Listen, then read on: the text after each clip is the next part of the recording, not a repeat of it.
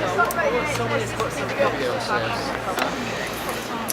important stuff for all of us, what happened with the Open Social Care Bill. I'm quoting freely in this from Ollie Hoodson's article on open democracy that you can see for yourselves. Ollie did a research report looking at 2 years of coverage leading up to the passage of the Health and Social Care Bill, coverage by the BBC. He looked at the online stuff because of the difficulties of looking at broadcast stuff, but it's paralleled by the broadcast stuff. He found in the BBC there was a concerted effort to follow the government line, to censor critical facts, to bury fundamental elements of the reforms, and to present opposition to the bill in an intentionally limited and shallow manner. Their requirement to report impartially appears to have been fundamentally breached. This is despite the stock response from the BBC saying that we covered the issue thoroughly with 146 articles, including both critics and those in favour. To start with, the changes to the NHS via the Act was not mentioned in the Conservative or the Lib Dem manifestos. In fact, Cameron pledged to protect the NHS.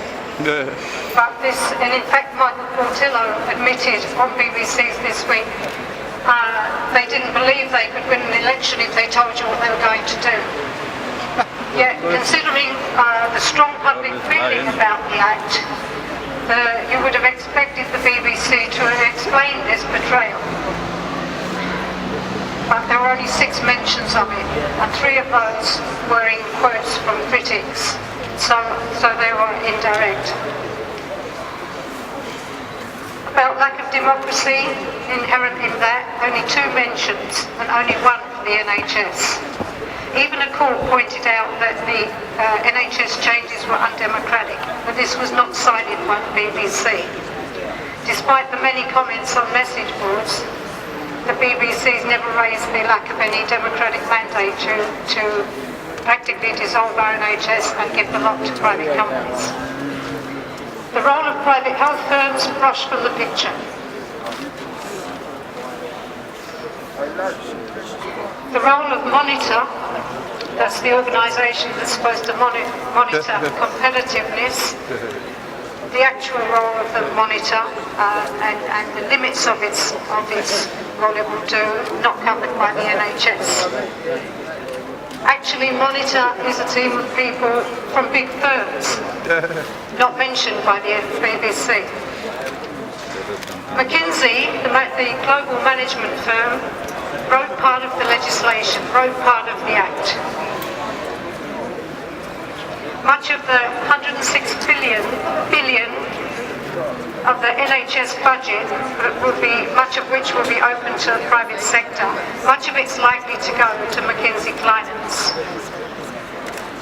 Just 120 words on this from the BBC over 2 years.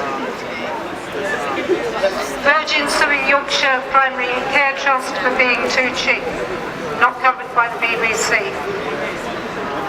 Mark Britnell, senior advisor to David Cameron and KPMG's global head of health at a health conference in New York, talked about how the NHS will be turned into a state insurance provider, a big opportunity for the private sector, and how the NHS would be shown no mercy. Britnell's comments not reported by the BBC. Channel 4's story about GPs floating corporations on the stock exchange, not reported by the BBC. BBC did not report the big percentage of GPs with private healthcare interests.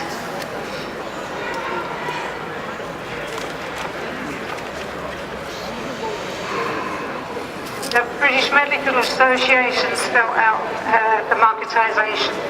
BBC failed to explain the fundamental privatisation direction of the Act, which is the key criticism of the Act. It seems willful. The smearing of a whistleblower, Professor Ashton, ignored by the BBC. With proper reporting from the public broadcaster, it's likely the Act would not have gone through.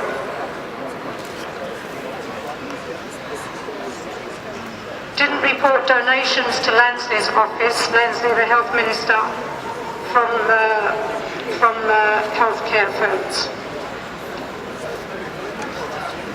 Or 750,000 to the Tories from the healthcare industry. Not covered by the BBC. Lansley's wife, her firm, selling links. BBC, no mention. The MPs and the Lords' interests in the healthcare industry. 40 Lords, 65 MPs. BBC reporting on it, 0. The head of the NHS regulator, involved with the huge US healthcare interests, no mention the BBC. Financial interests and political donations are very important factors in this sort of legislation.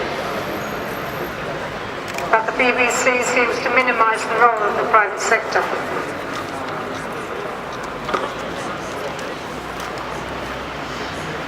An older people's NHS march in central London involving riot police and kettling, unreported.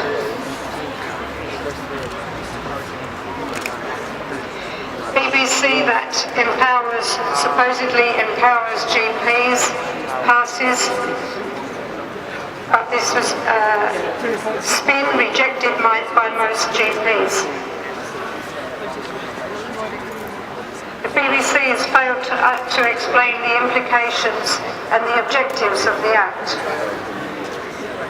By comparison, Russia Today and Channel 4 reporting has been good.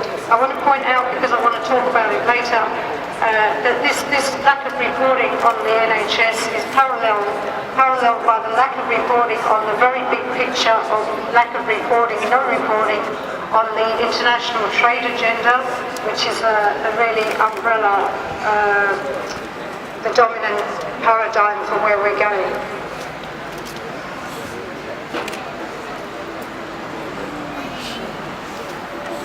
Can you get that up on the website? Oh, can we get that up on the website? This article, yeah, so this is from Open Democracy, and it's Ollie's article. Just remember his first name, Ollie, so it's his article on the BBC. So when think tanks are quoted just as a health think tank, 2020 Health actually represents 100 companies in 31 countries, and that's whose opinions you're hearing, but just quoted as a health think tank. Okay, sorry? Okay. I won't go through the rest of this with you, but I urge you to look at it yourselves.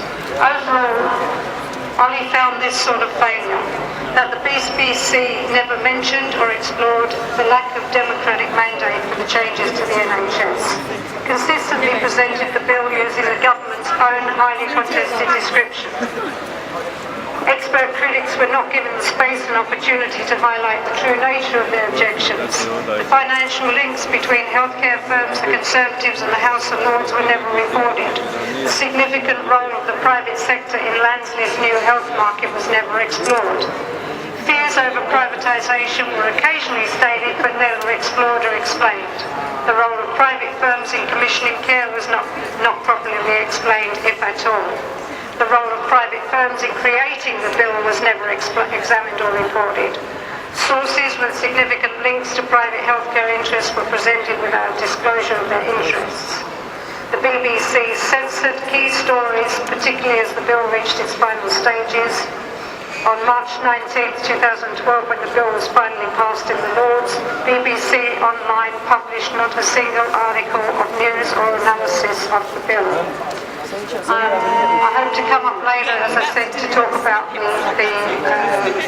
BBC's, the key role of the business unit in the BBC, the damage that the business unit does, the failure to report on the international trade agenda, particularly the US-EU Free Trade Agreement, and also the effects that that trade agreement will have on the demise of the BBC itself.